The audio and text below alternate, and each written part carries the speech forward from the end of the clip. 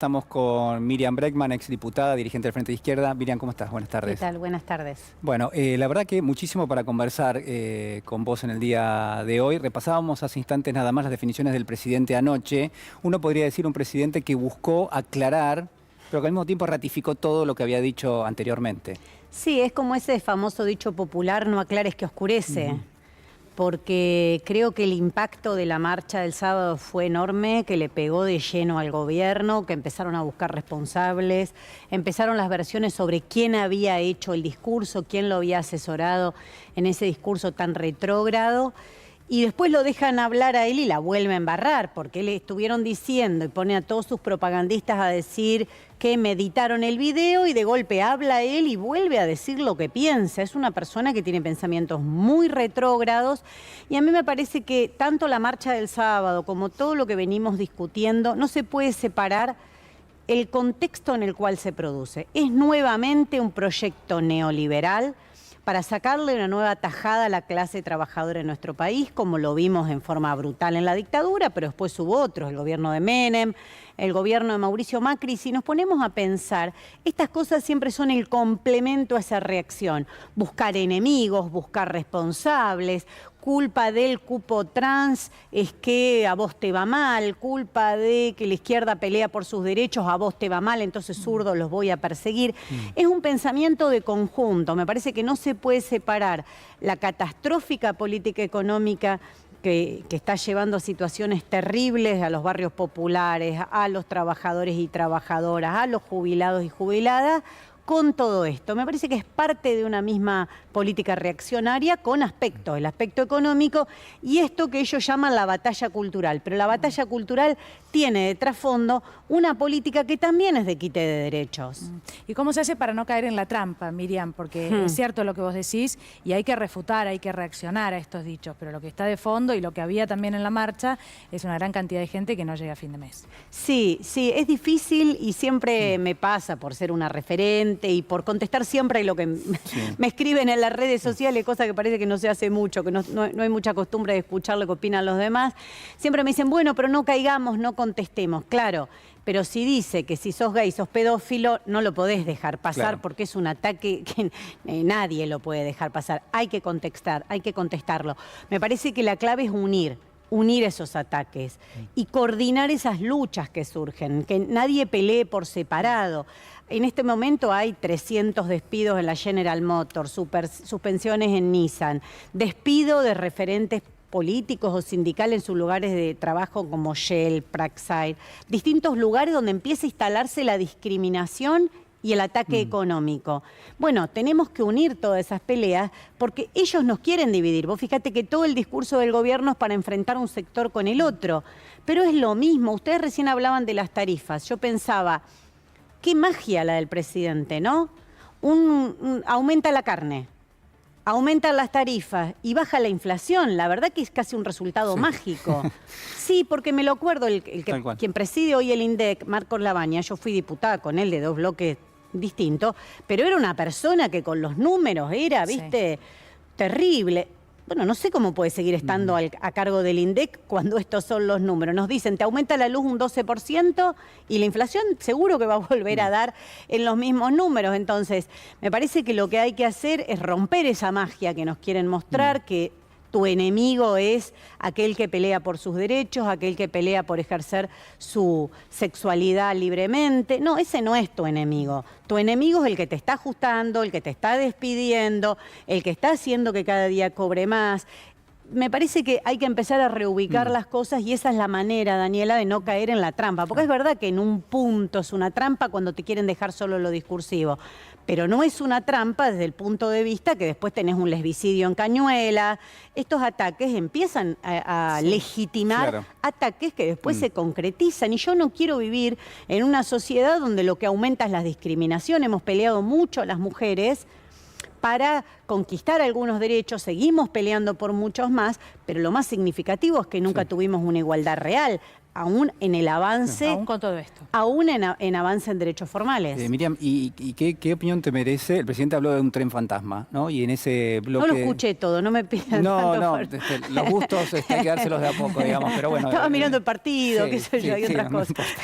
Pero bueno, yo te lo, si querés te lo cuento. En un momento habla de un tren fantasma, antes habló de los sindicatos, etcétera, digo, fue por ese lado, y en gran medida puso en una especie de hilera a todos los referentes políticos de distintos sectores. Vos has sido uno de los referentes políticos que el presidente casi que se ensañó durante muchísimo tiempo. Digo, ¿qué reflexión haces sobre eso? ¿Eventualmente te sentís perjudicada? ¿Sentís que es un acto más de violencia del presidente de tantos que tiene habitualmente? Es un acto de violencia porque lo hace desde el poder del Estado, manejando los servicios de inteligencia, manejando la fuerza de seguridad y la fuerza armada, como mínimo. Entonces, no es una persona común que se zarpó un poquito, un día estaba nervioso y te agrede. Tiene una responsabilidad. Me parece que no hay que caer en su terreno. No hay que patologizar al presidente, no hay que empezar a ponerle motes, mandarlo al médico, mandarlo al psiquiatra. Me parece que lo que no hay que hacer es repetir sus mecanismos de agresividad y de estigmatización, ni siquiera de una enfermedad. Me parece que está mal. Me parece que no hay que caer en eso, que hay que contestar en términos políticos, porque su objetivo es político. Milei es un títere. Es un títere político. Yo me acuerdo que en el debate le dije gatito mimoso del poder económico, que fue lo que me salió en ese momento, y quedó. Pero lo pensás, ¿y qué es Milei? ¿Es malo? ¿Es león con algún sector del poder económico? ¿Es león con el imperialismo norteamericano? ¿Es león con el...? Yo lo veo bastante dócil, una persona que incluso con China se hacía el guapo cuando era candidato, cuando se dio cuenta que dependía del Banco Central, de las reservas, de la reserva. Empezó, che, no eran tan malos los chinos, no eran todos iguales como dijo Mondino, dicen cualquier cosa y cambia según cómo se va acercando al poder, ¿no? A medida que se va acercando al poder, va cambiando sus ideas y se va docilizando aún más. Siempre con el poder económico y siendo más agresivo con los de abajo. Con la izquierda él tiene un ensañamiento y lo bien que hace. Somos antagónicos, no tenemos nada que ver. Peleamos por cosas absolutamente contrarias. No le votamos nada en el Congreso, sí. Sí, consideramos que hay que enfrentarlo, consideramos que hay que derrotarlo. Creemos que hay que unir a todos los sectores que están siendo agraviados para derrotarlo. Yo lo digo, bueno, a él lo pone muy nervioso, por eso acordate que toda esta andanada de ataques empieza defendiendo un gesto nazi. Bueno, eso te iba a preguntar, ayer de nuevo, ¿no? Exactamente, un gesto nazi de Elon Musk diciendo, como resultado voy a perseguir a los zurdos. Él después confunde nacionalsocialismo, tiene que leer algunos libros, pero tiene claro que si vos querés enfrentar al nazismo, el antagonismo, somos los que peleamos por el socialismo. Hay algunas cosas que más o menos las tiene claras y por eso nos atacan. Nosotros vamos a seguir peleando, no voy a naturalizar sus ataques, lo que digo es de qué lugar le contestamos. No hay que caer en los métodos que él utiliza, que los patoteros que tiene. Si le podemos discutir igual, si le podemos contraponer las ideas igual y podemos demostrar que lo que él está haciendo es otro plan neoliberal de ataque al pueblo trabajador, que nuevamente le quieren sacar una tajada como hicieron siempre para dársela a los sectores más ricos. Por eso te aumenta la carne, pero bajan los impuestos, los autos de lujo. Yo creo que ahí sí hay que volver y poner mucho el foco. Lo que ustedes señalan de las tarifas está muy bien. Creo que hay que volver a poner el foco en esos temas como complemento de esa batalla cultural, que es una pelea de ideas que hay que dar. Hay que dársela y muy fuerte. ¿Qué pensás de este año de la Deep Motosierra, ¿no? De la motosierra profunda? ¿Por qué digo esto? Porque estamos discutiendo estas cosas, hubo una movilización en que uno de los reclamos tenía que ver con lo económico, por supuesto. Había jubilados ahí, había trabajadores que estaban enorme cantidad de sectores. Salario. Claro, todos unificados, como bien decías vos, ¿no? Que tal vez esa sea una de las claves. Pero, sin embargo, mientras tanto da la sensación por momentos de que frente a la motosierra, que ahora continúa y que va a ser enorme, profunda, como dice Sturzenegger, bueno, hay una especie de aceptación de que eso tiene que ser así. ¿Cómo se revierte?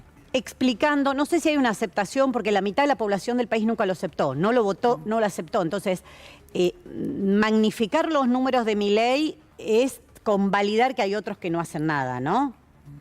Porque yo lo veo a los que defendieron la nueva versión del dólar soja que hizo Milei bajando las retenciones. Sí. Y tienen unos voceros que defienden, Yar Llora, el gobernador de Santa Fe, se plantan y dicen abiertamente qué es lo que quieren. ¿Quién se planta y dice abiertamente qué es lo que le conviene a los jubilados, qué le conviene a los trabajadores y trabajadoras? Somos pocos, los miércoles somos siempre los mismos. Sí, ya nos saludamos, nos damos besitos, nos conocemos todos. Entonces acá lo que falta es eso, es la voluntad política de enfrentar y de explicar esto, porque el gobierno maneja bien las redes sociales, el juego mediático, pero porque lo dejan, porque no se contrarresta, porque lo que te digo, ¿cómo puede ser que la inflación sigue bajando cuando todo aumenta? Yo esa magia ya no la puedo explicar y te dicen, no, porque habría que modificar las mediciones. ¿Y por qué no se modifica? ¿Y por qué quienes están al mando del organismo no dicen nada? Si son de la oposición, supuestamente. En este momento lo que está pasando en el Congreso es complemento de eso, ¿eh? Nos dicen que van a suspender las PASO porque se gasta mucho. Primera mentira que hay que denunciar. Si cambiaron a boleta única, el gasto grande de las elecciones claro, era supuestamente la boleta papel. Pasaste al sistema de boleta única. Con boleta única, Cuader puede ser candidato porque no te vas a enterar. Vos vas a ver la foto del primero y con suerte el segundo. Miren que es la manera de esconder a todos los peores en las listas.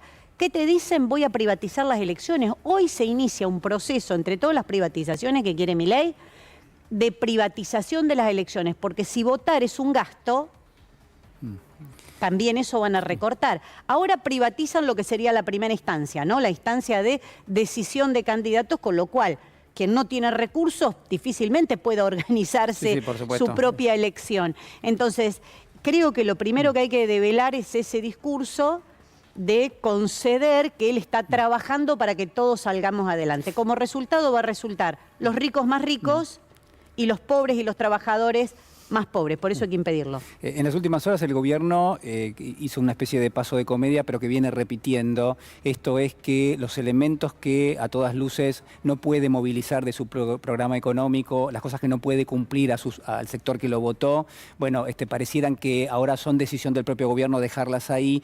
Lo vimos en el día de ayer al ministro de Economía, Luis Caputo, diciendo, bueno, este programa que estamos aplicando, fíjense cómo nos respalda de los shocks externos. Pero bueno, dentro de ese programa está el cepo cambiario. Vos hablabas del debate presidencial. Bueno, el gobierno y el presidente Milei había prometido levantarlo. Ayer se le preguntó por el Fondo Monetario, por el cepo cambiario. ¿Compartimos lo que decía? A ver. Nosotros tenemos la convicción de que para que a Argentina le vaya bien, depende de Argentina. Y en eso, digamos, nosotros, nuestra estrategia, digamos, de dureza en la política fiscal, es decir, que no se negocia el déficit cero bajo ningún punto de vista y seguir manteniendo una política monetaria dura, nosotros, o sea, no, digamos, nosotros creemos que tenemos que armarnos como si todo dependiera de nosotros mismos. Bueno, si después tenemos puentes financieros para acelerar, digamos, las mejoras, del cepo, por ejemplo. Claro, o sea, nosotros, sin la ayuda del fondo, en el 2026 el cepo lo levantamos. ¿El año que viene? No, pero, digamos, o sea, el 1 de enero del 2026 no existe el cepo. 1 de enero del 2026 no existe el cepo. ¿Y si hay desembolso del fondo antes? Podemos hacerlo más rápido. Hay que ver cómo queda estructurado el programa, cómo se calzan los fondos, y eso te va a determinar la salida del cepo. Miriam. No sé, son tantas falacias, diría Milei, que es difícil contestar todas juntas. Primero, eso que Argentina solo, está hablando del Fondo Monetario, o sea que solo nada, estás dependiendo de un organismo financiero internacional que por eso le chupa las media a Trump. O sea, y a Elon Musk y a todos los que pueda hacerle gesto, hasta los defiende de su simbología nazi con tal de que venga ese dinero. Segundo, yo lo subí a mis redes, invito al que lo quiera ver hace poco porque lo recordaba, él se sentaba al lado mío cuando éramos diputados, o sea que escuchaba, sí, es cierto. Lo escuchaba mucho gritar. Y una de las pocas veces que laburó y dijo algo, porque no era, ni él ni Villarruel se caracterizaban por tener una gran labor, ¿no? Se hicieron elegir, estuvieron 2 años haciendo la plancha, pero una de las veces que él se anotó para hablar es para decir que el acuerdo con el fondo era una estafa. Y que el que votaba eso, votaba impuestos para las generaciones futuras y que era inmoral, bueno, con esa carga moralina que tiene todo el tiempo en su discurso político, dijo barbaridades. Y ahora nos cuenta que todo eso ya no va más y que él va a aplicar parte de esos fondos que quedaron del acuerdo con el FMI, que él votó en contra, está esperando que le lleguen.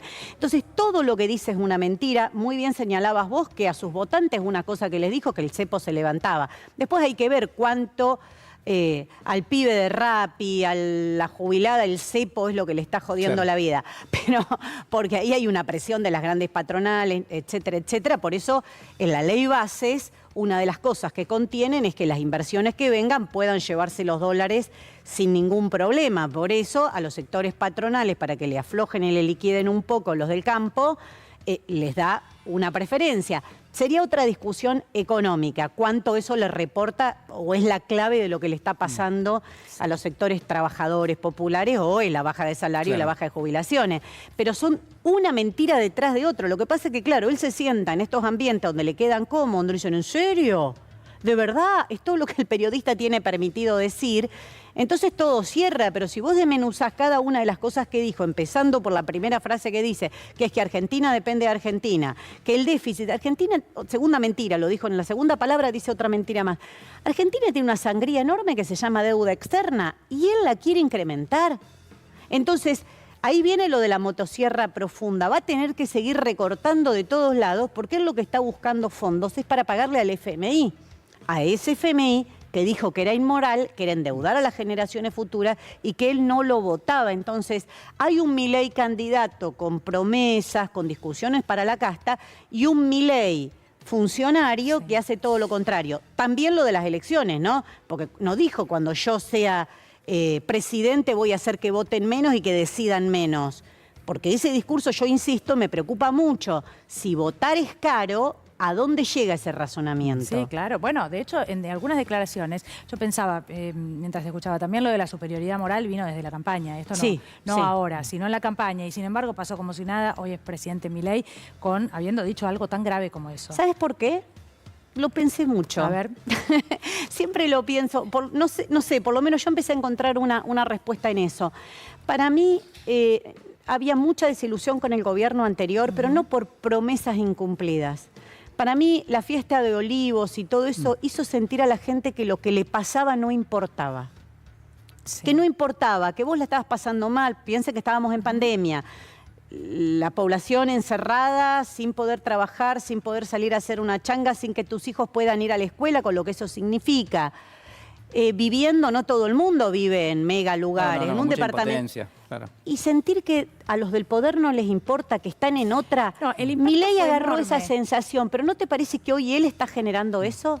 Que hoy manda una agenda al Congreso, que es una agenda que no le importa a nadie más que a él, que la ficha limpia, que las paso.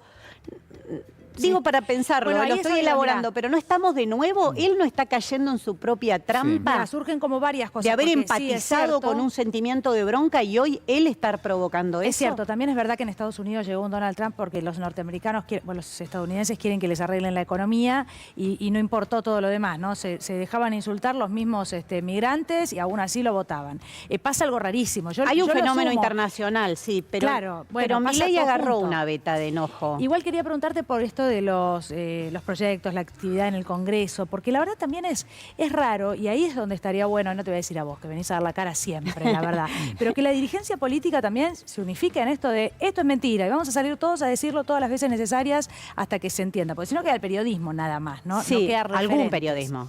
Bueno, algún periodismo. Y que no quiero ser injusta con los dirigentes políticos. Pero porque vienen, te tiran una mentira enorme, te hablan de superioridad moral y tampoco tienen un proyecto, bueno, no es que va a haber un proyecto de superioridad moral, pero no tienen un proyecto para sustentar, no hay labor parlamentaria, no es que hay, son declaraciones. Sí. Parece que es la forma de pensar del presidente y después todos tambaleando sobre lo que él dice.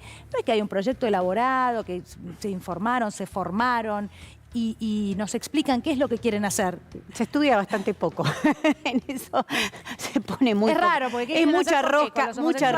No hay nada que hacer, pero es así. Mirá un día las comisiones y vas a ver mucha rosca y poco. Bueno, Milei no iba a las comisiones. No iba, por eso. Villarroel tampoco. Claro. Pero Villarroel fue una vez y terminó insultando a Nora Cortiña. O sea que, viste, ella y la gente que la rodeaba. Pero me parece que sí, ahí hay un tema. Pero la asamblea que nació en Parque Lezama, diciendo no vamos a permitir que nos digan pedófilos, no vamos a permitir que agredan al colectivo trans, no vamos a permitir. logró en la calle reunir eso. Yo creo que el camino vuelve a estar ahí. Vuelve a estar en el Hospital Bonaparte, que logra rodear a la comunidad y empezar a dar una respuesta diciendo no vamos a permitir que privaticen la salud. Me parece que viene ahí, porque no hay una dirigencia política. Hay dirigentes con intereses muy diversos. Sí. De hecho, esta privatización y este puntapié de la reforma electoral para perpetuarse en el poder que se acaba de iniciar hace 15 minutos, logra que diputados de Unión por la Patria de nuevo le voten, logra que radicales se pasen. Entonces es difícil hablar de una dirigencia política que hasta ahora le ha dejado correr absolutamente todo, o porque no le enfrentó, porque ¿por qué no estuvimos todos explicando la reforma electoral? Te decían, no, porque las PASO la gente no la quiere, pero porque le dijeron otra cosa. No le explicaron que cuando vaya a votar no va a votar más. ¿Cuánta gente sabe que no va a votar más como Claro, muy antes? poca. Que no vas a tener la boleta más para mirar en tu casa quién es candidato y no vas a saber quiénes son los candidatos más el que va arriba.